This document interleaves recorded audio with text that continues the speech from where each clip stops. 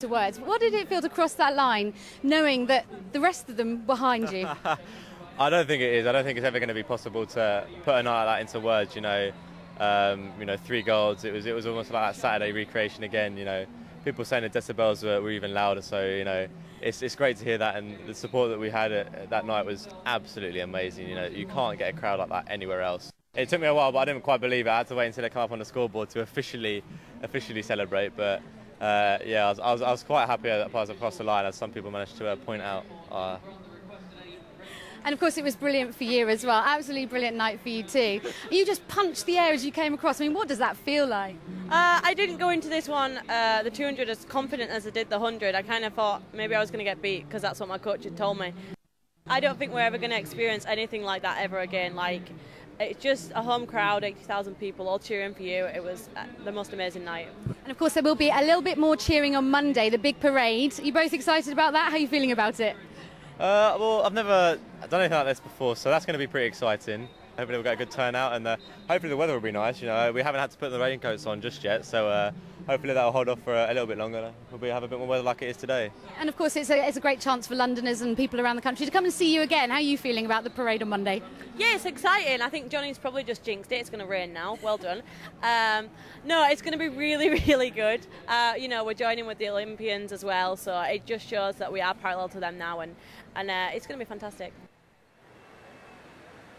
Well, those guys will be joined by 800 or so other Paralympians and Olympians who will parade through London on Monday. Now, of course, that means there is going to be some travel disruption, of course, but they set off from Mansion House at 1:30 in the afternoon on Monday, and then they will travel down Fleet Street, the Strand, the Aldwych, and to here at Trafalgar Square. And then they head off to Buckingham Palace along the Mall. Now, that bit's for ticket holders only. Games Maker volunteers have been in a ballot to get those tickets, and local school children will be there as well. Now, it hasn't been very popular to have it on a Monday, not least by the schools, who say it's a shame it's in term time, but organisers say they wanted it to happen immediately after the closing ceremony of the Paralympic Games so they could get as many athletes there as possible, but it will cause some travel disruption, of course. The roads around the city will close at about 6 a.m. and then into Westminster at about 11 a.m, so it's worth not driving into London if you can possibly help it on Monday. You can watch it along the route, of course, that parade. You can come here and see it on the big screens. It's also live on BBC One. And it is our last chance, I suppose, because it's business again as usual after Monday, to enjoy the buzz that has intoxicated London this summer. Indeed, Wendy, what a day it will be in London. Thank you. Well, one Paralympian expected to be part of that parade is 2012 silver medalist Shaun McKeown. The 32-year-old, who has cerebral palsy, says he owes much of his success to a Kent-based club where he developed his cycling skills. Chris Legg has more. For many a year, the Avanti Cycling Club in Kent has met here before hitting the roads of the southeast. Recently, they've been missing one of their number because he's been rather busy winning this. And it's no surprise how he feels. Absolutely amazing. My year's coming on really well, and everything's clicked into place at the right time, and I feel I've earned this medal. I feel I've really won it. How did it feel competing in a Paralympics in your home city? So it's not just the home country, it's my home city, it's my back garden. It really is my back garden. You can't get any closer to home, and at that level it's just been phenomenal. Shaun, who has a form of cerebral palsy, won his silver last Friday in the velodrome in the C3 individual pursuit. This week, his clubmates were cheering him on again in the road cycling events at Brands Hatch.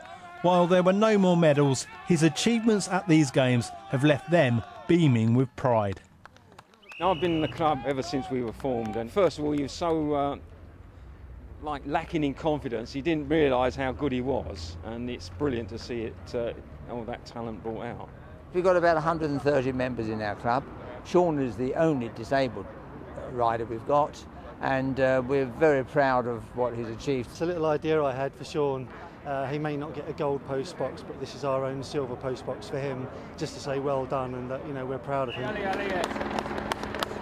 Were you aware of their presence? I was aware of them in the roadways yesterday. They were letting rip, basically. They were shouting their heads off for me, which is to have that kind of home support, it's just fantastic. Without those guys, I wouldn't be here now, that's for sure.